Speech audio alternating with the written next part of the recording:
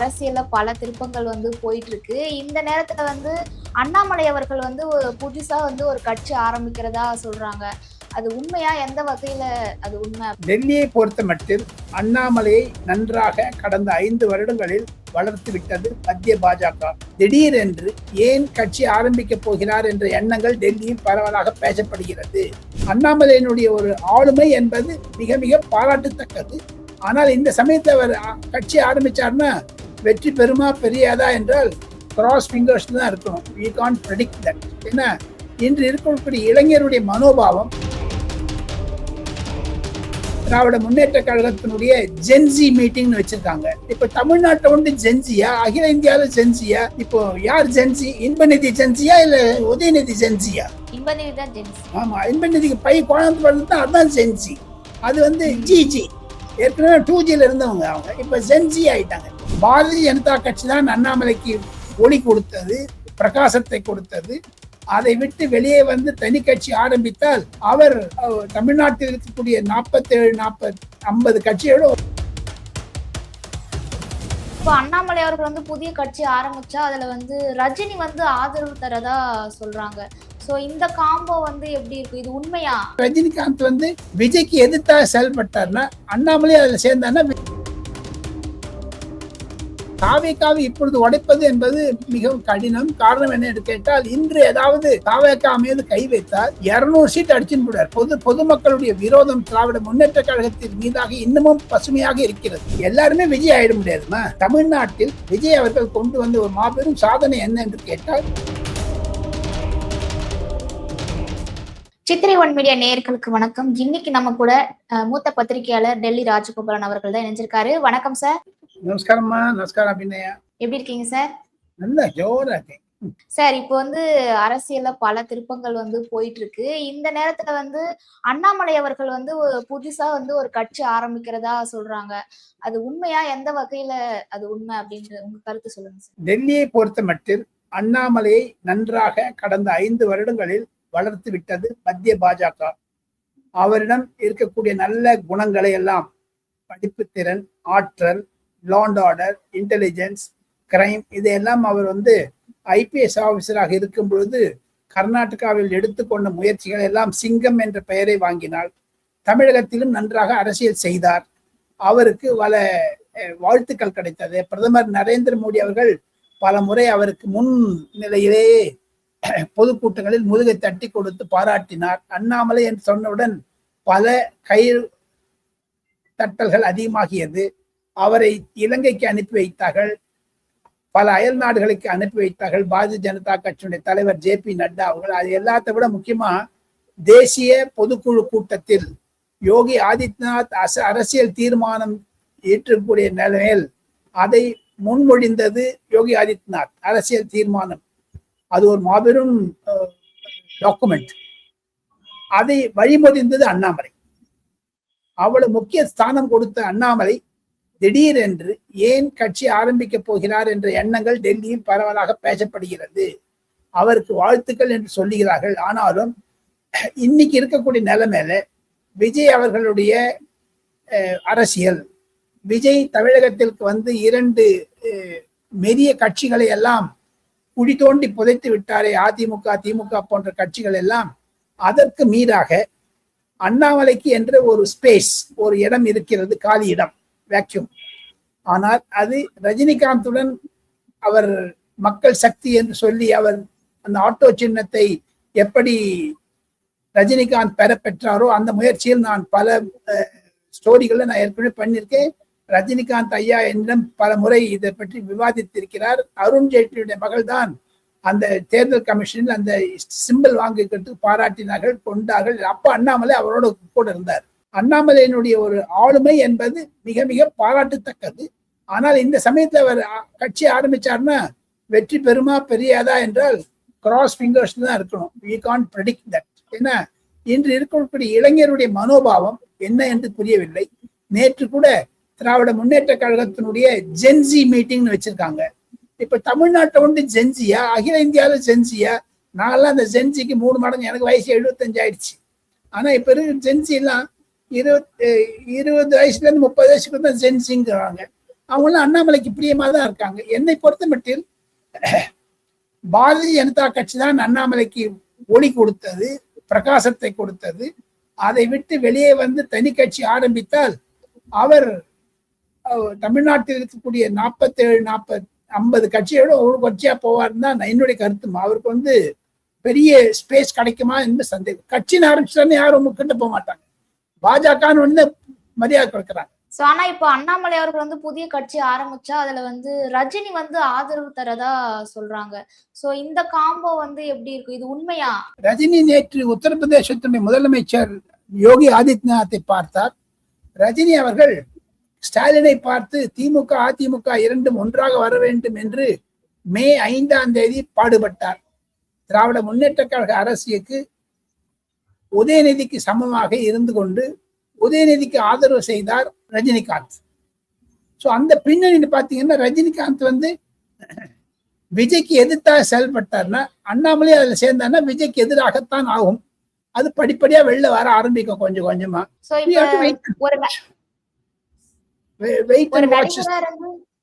Okay sir. இப்போ ஒரு நடிகரா இருந்து விஜய் அவர்கள் வந்து இப்ப 2 திராவிட கட்சிகளை வந்து உடைச்சி அவர் வந்து இப்ப முதலமைச்சரா இருக்காரு.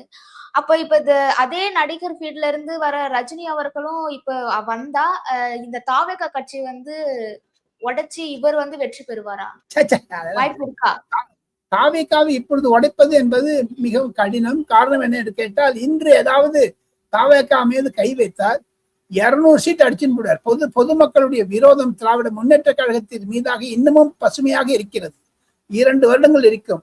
இதே ரஜினிகாந்த் தான் நிருபர் கூட்டத்தில் சொன்னார் விஜய்க்கு 2 வருடம் தர வேண்டும் என்று. ஆனால் ஸ்டாலின் வந்து 6 மாசம் கொடுத்தா போறோம்னார். என்னை பொறுத்த மட்டும் விஜய் வந்து இன்னும் ஒரு 2 டேர்ம் இருப்பாருன்னு நினைக்கிறேன். 10-15 வருஷம் இருப்பாருமா தமிழ்நாடு அரசியல். சோ இப்ப நீங்க சொன்னீங்க பாஜக வந்து அண்ணாமலைக்கு ரொம்பவுமே இது ஃபேவரா பண்ணிருக்காங்க அப்படின்ற மாதிரி. அண்ணாமலை அவர்கள் வந்து மோடி அவர்களுடைய பற்றாளர், தீவிர பற்றாளர்னு எல்லாருக்குமே தெரியும். சோ இவர் தனி கட்சி ஆரம்பிச்சா பாஜக வந்து என்ன ஆகும் சார்? எதனா மாற்றம் ஏற்படுமா?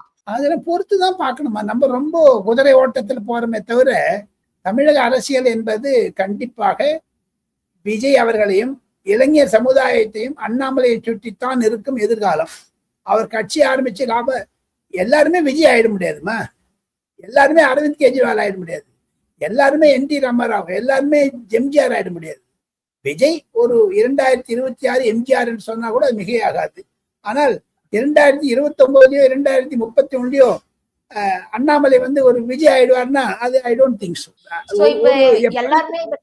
அரசியலில் முதிர்ச்சி கொண்ட பெரியவர் கருணாநிதி அவர்கள் ஒரு பத்திரிகை சந்திப்பில் நான் தான் கேட்டேன் டெல்லியில. அவர் சொன்னார், ராஜகோபாலன் அவர் என்ன சாமி சாமின்னு தான் கூடுவார். சாமி என்னுடைய உயரம் எனக்கு தெரியும் சாமி, நான் பாட்டு இங்கெல்லாம் போக முடியாது சாமி, பிரதமரால எப்படிங்க முடியும் அப்படின்னு. ஆக மொத்தம் அண்ணாமலைக்கு அவருடைய உயரம் தெரிந்து கொள்ள வேண்டும். முதலமைச்சராகுவது என்பது மிக மிக கடினம். அதையும் விஜய் இருக்கும் பொழுது, எடப்பாடி பழனிசாமி இருக்கும் பொழுது, பன்னீர்செல்வம் இருக்கும் பொழுது, மு.க. ஸ்டாலின் இருக்கும்போது, இன்று தமிழகத்தில் 2-3 முக்கிய பிரமுகர்களுக்கு இடையே அண்ணாமலை போட்டி போட்டு வெளியே வருகிறார் என்றால் அது வாழ்த்துக்கள். வெற்றி பெறுவாரா இல்லையா என்பது காலம் நிர்ணயிக்கும். என்னுடைய தனிப்பட்ட கருத்து, அவர் அவசரப்படுகிறாரோ என்ற எண்ணம் எனக்கு இருக்கிறது. என்னுடைய அரசியல் முதிர்ச்சியில் நான் சொல்லுகிறேன். அது தவறாக இருக்கலாம், பாராட்டு பெறலாம், இல்ல திட்டுவாங்க, என்ன பரவாயில்ல. சோ இப்ப ஒரு நடிகரா இருந்து விஜய் அவர்கள் வந்து 2 திராவிட கட்சிகளை உடைச்சு இவர் வந்திருக்காரு. இது வந்து ஒரு மாற்றம் அப்படின்னு சொல்லலாம். ஆனா அண்ணாமலை அவர்கள் வந்து அரசியல் திறன்ல ரொம்பவுமே மேம்பட்டு இருக்கிறவரு. சோ அவரு வரலாம் அப்படின்ற ஒரு ஏக்கம் வந்து, அதாவது மக்கள் வந்து எதிர்பார்த்து அவர் ஏத்துப்பாங்களா? ஏமா விஜயே ஏத்துக்கல, 103 தான் சீட் தானே கொடுத்துருக்காங்க. தமிழ்நாடு மக்கள் கண்டிப்பாக மூன்று கட்சிகளிடையே விஜய்க்கு they don't even full majority. Annamalai வந்தவொடனே மெஜாரிட்டி கொடுப்பாங்கன்னு யாரு கண்டாங்க? ரஜினிகாந்துக்கு பின் வாங்கினார், வயசாயிடுச்சு, எப்படி பண்ண முடியும்? அப்படித்தான் ஒரு நிலைமை இருக்கிறது. இப்ப தமிழகத்துல வந்து எல்லாருமே வந்து விஜய், உதயநிதி இவங்க 2 பேருக்கு போட்டி அப்படின்ற மாதிரி தான் பேசிட்டு வராங்க. அப்ப அண்ணாமலை அவர்கள் வந்தா இப்ப வந்து உதயநிதி விஜய்ன்ற ஒரு தாட்ல, இப்ப அண்ணாமலை அவர்கள் வந்தா இப்ப விஜய் அவர்கள் அப்புறம் அண்ணாமலை இவங்க 2 பேருக்கு தான் போட்டி அப்படின்ற மாதிரி சூழல் ஏற்படுமா சார்? அண்ணாமலைக்கு மேலாக அன்புமணி ராமதாஸ் இருக்கிறார், அண்ணாமலைக்கு மேலாக சீமான் இருக்கிறார், அண்ணாமலைக்கு மேலாக பல தலைவர்கள் இருக்கிறார்கள், பாஜகவிலே இருக்காங்க, தமிழிசை சவுந்தரராஜன் போன்றவர்கள். இனி ஒரு ஒரு ஜென்சி வந்துட்டு அப்புறம் எல்லா ஓல்டு லீடர்ஸையும் தள்ளி விட்டுருங்க, இன்க்ளூடிங் மீ தள்ளி விட்டுரு தனியா. இப்ப இளம் தலைமுறை வருவதனால போக போக தான் பார்க்கணும். நீங்க சொல்ற மாதிரி உதயநிதி வர்சஸ் அண்ணாமலையா, உதயநிதி வர்சஸ் விஜயான்னா 1 வருடம் 2 வருடம் கழித்து தான் தமிழக அரசியல் நிலைமரத்தை புரிந்து கொள்ள முடியும். இன்று விஜய் அவர்கள் மே 1ஆம் தேதி திருச்சியில் பேச இருக்கிறார். அவர் என்ன சொல்ல போறாருன்னு தெரியாது. அவர் இண்டி கூட்டணியில் இருக்காரா இல்லையா தெரியாது. திமுக இண்டி கூட்டணியில் இருக்காங்களா தெரியாது. இண்டி கூட்டணி கூட்டம் ஜூன் 6ஆம் தேதி டெல்லியில் நடக்கிறது. அது திமுக வருமா வராது. இத்தனை பின்னணியில் தான் நீங்க அண்ணாமலை பார்க்கணும். ஓகே சார், இப்ப அண்ணாமலை அவர்கள் தனி கட்சி ஆரம்பிச்சா இந்த திராவிட கட்சிகள் அதிமுக திமுக இவங்க இருப்பாங்களா மாட்டாங்களா சார்? நன்னா இருப்பாங்க. அண்ணாமலை 10 அண்ணாமலை பார்த்தவங்க திமுக அதிமுக அவங்ககிட்ட அண்ணாமலை உருவாக்கி இருக்காங்களே. இன்று செங்கோட்டையனோ அல்லது அண்ணாமலை மாதிரி எடப்பாடி பழனிசாமி எல்லாம் ஊறி வந்தவங்க அரசியல்வாதிமா 70 வருடமா அரசியல் இருக்காங்க. அது அவர் ஓவர்டேக் பண்ணி அண்ணாமலை வருவார் என்பது, அவர் வெற்றி பெறுவாரா என்பது எனக்கு சந்தேகம். சார், இப்ப அண்ணாமலை அவர்கள் இப்ப இதெல்லாம் ஓகே, ஆனா அண்ணாமலை அவர் புதிய கட்சி ஆரம்பிப்பாரா மாட்டாரா சார் உங்களுடைய கருத்துல? மாட்டார். என்ன பத்திரிகையில பல எழுதுறாங்க சொல்றாங்க, அவங்களுடைய ஆதரவாளர் எழுதுறாங்களே தவிர ஒண்ணு கட்சி ஆரம்பிக்கணும்னா பணம் தேவைமா. விஜய்க்கு ஒரே ஒரு எக்ஸ்பெரிமெண்ட்ல வந்துட்டாரு, பணம் கொடுக்காத. அடுத்த வாட்டி ஜனங்க பணத்தை கேட்பாங்க. ஓட்டர்களுக்கு தமிழகத்தில் இருக்கக்கூடிய வாக்காளர்களை அதிமுக திமுக 2 கட்சியுமே ஒரு ஒரு நிர்பந்தத்தில் ஆழ்த்தி விட்டார்கள். இந்த முறை விஜய் என்ன சொன்னாரு? கிவ் மீ 1 சான்ஸ், என்ன ட்ரை பண்ணி பாருங்கன்னாரு. இவர் சரியா நடந்தினா அடுத்த வாட்டி கொடுப்பாங்க ஓட்டு, சரியில்லைன்னு திருப்பி நோட்டு கேட்பாங்க. அது நடுவுல அண்ணாமலைக்கு அவ்வளவு பணம் வச்சு 10,000 கோடி எல்லாம் வச்சிருப்பாரா தெரியல. இல்ல வச்சிருந்தாலும் செலவிச்சுடுவார். 2 வருஷத்துக்குள்ள எல்லாம் செலவிச்சு போடும். கட்சின்னா சும்மா இல்லம்மா, ஒண்ணும் வேணாம். ஒரு வீட்டுல ஒரு கல்யாணத்தை பண்ணீங்கன்னா மொட்டை ஆடுவீங்க. நான் கூட இப்ப மொட்டையா இருக்கும், 2 கல்யாணம் பண்ணதுலதான் மொட்டை. அவர் அண்ணாமலையில சவரம் பண்ணி விட்டுருவாங்க. சார், இப்ப நீங்க ஏற்கனவே ஜென்சி அப்படின்ட்டு சொன்னீங்க. இப்ப தாவேக்காவுக்கு ஜென்சியோடைய பவர் அதிகமா இருக்கு, அதனாலதான் அவங்க வெற்றி பெற்றாங்க அப்படின்னு சொல்லிட்டு திமுக நிறைய பேசிட்டு வராங்க. ஆனா அதே கைமுறையை தான் திமுக ஜென்சி அப்படின்ற ஒரு மீட்டிங் இப்பதான் வச்சு நடத்துனாங்க. சோ அவங்க பண்றது சரியா சார்? அவங்களும் தாவேக்கா பின்பற்றதேதான் இவங்களும் பின்பற்றுறாங்க. அப்ப குற்றச்சாட்டு வைக்கிறாங்களே சார். இந்திய நடைபாட்டில் ஜென்சி வராதுங்க. இந்தியால ஜனநாயகம் வேரூன்றி இருக்கிறது. கம்யூனிசம் வளரவில்லை.